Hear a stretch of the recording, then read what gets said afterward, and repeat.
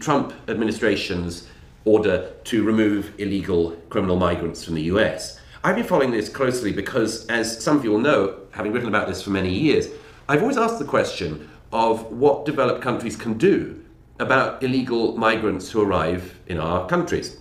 Every single country in the developed world has been struggling with this in recent years, and it's certainly been a struggle.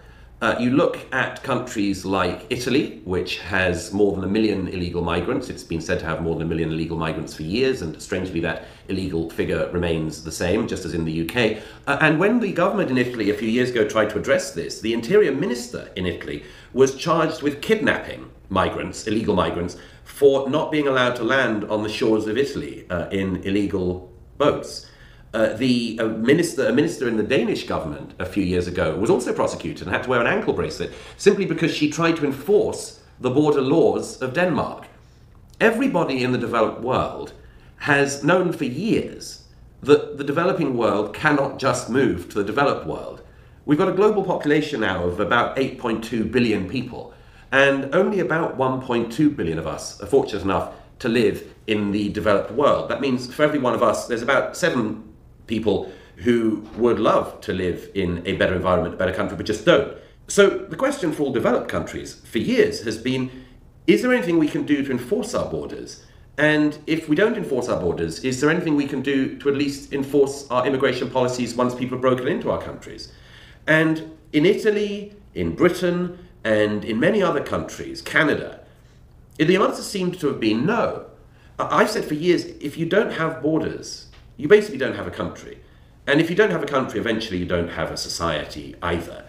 But the Trump administration is the first government in the developed world to actually take this seriously, it seems to me, and to say, actually, we can reverse this. Actually, we can do something about this.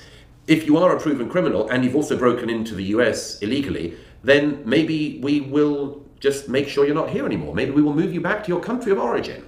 In the past week, the Trump administration tried to forcibly deport a number of illegal migrants back to their home country of Colombia. And the Colombian government said actually it didn't really want the criminals in question back in Colombia. The Trump administration responded in its own way by saying in that case Colombia could have tariffs slapped on it. And within about an hour, or under an hour, the Colombian government said actually not only will we accept these criminal migrants back, but we'll even send the planes ourselves. The reason why I'm interested in this, apart from anything else, is not just the territorial integrity of the United States, but the territorial integrity and the future of societies across the West. In the UK, people who have been convicted of the most horrible crimes are never deported to their country of origin, even when they have a passport from their country of origin.